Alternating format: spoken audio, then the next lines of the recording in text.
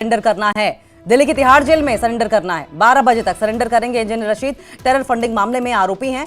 और आपको बताएं कि इंजीनियर रशीद ने बेल को लेकर special NIA court Patiala house में सुनवाई आज होनी है। बारामूला से सांसद हैं इंजीनियर।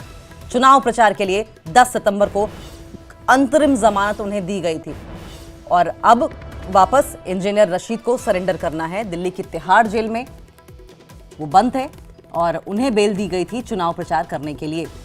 12 बजे तक सरेंडर करेंगे इंजीनियर रशीद। टेरर फंडिंग मामले के आरोपी हैं और बेल को लेकर special NIA court Patiala house में सुनवाई आज होनी है। इस पर खुर्रम हमारे साथ जुड़ गए हैं। खुर्रम, पूरी अपडेट डिटेल में बताइए।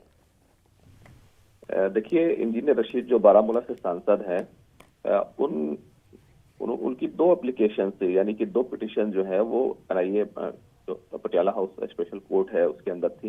एक तो अंतरिम जमानत के लिए थी जिस पर उनको जमानत मिली थी। पहले 2 अक्टूबर तक के लिए जमानत मिली थी, उसके बाद उसको बढ़ाकर 12 कर दिया गया था। फिर टेक्निकल बुनियादों पर वो 15 हो गई।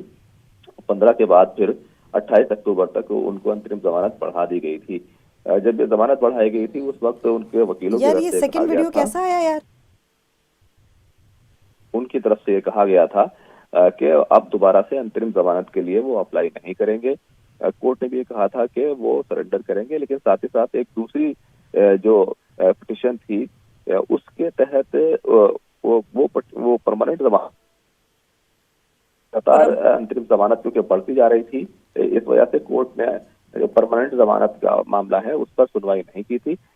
आज इस पूरे मामले में सुनवाई होगी, लेकिन उससे पहले 12 बजे तक इंजीनियर रशीद अब सरेंडर करेंगे और सरेंडर करने के 1 घंटे के बाद, यानी 12 बजे से 1 बजे के बाद जो है उनकी जो परमानेंट जमानत है उस पर आज जो स्पेशल कोर्ट है वो उसको देखेगा। तो कुल मिलाकर कहें कि इंजीनियर रशीद जिन्होंने जम्मू कश्मीर की सियासत में एक बड़ी हलचल पैदा कर दी थी, आज बिलाकर वो जो है तिहाड़ जेल वापस जाएंगे और उसके बाद उसकी जो परमानेंट जमानत है उस पर उसको लेकर के सुनवाई होगी। ठीक है खुर्रम, बहुत बहुत शुक्रिया आपका। आप नजर बनाए रखें, आगे भी इस पर आपसे अपडेट लेते रहेंगे।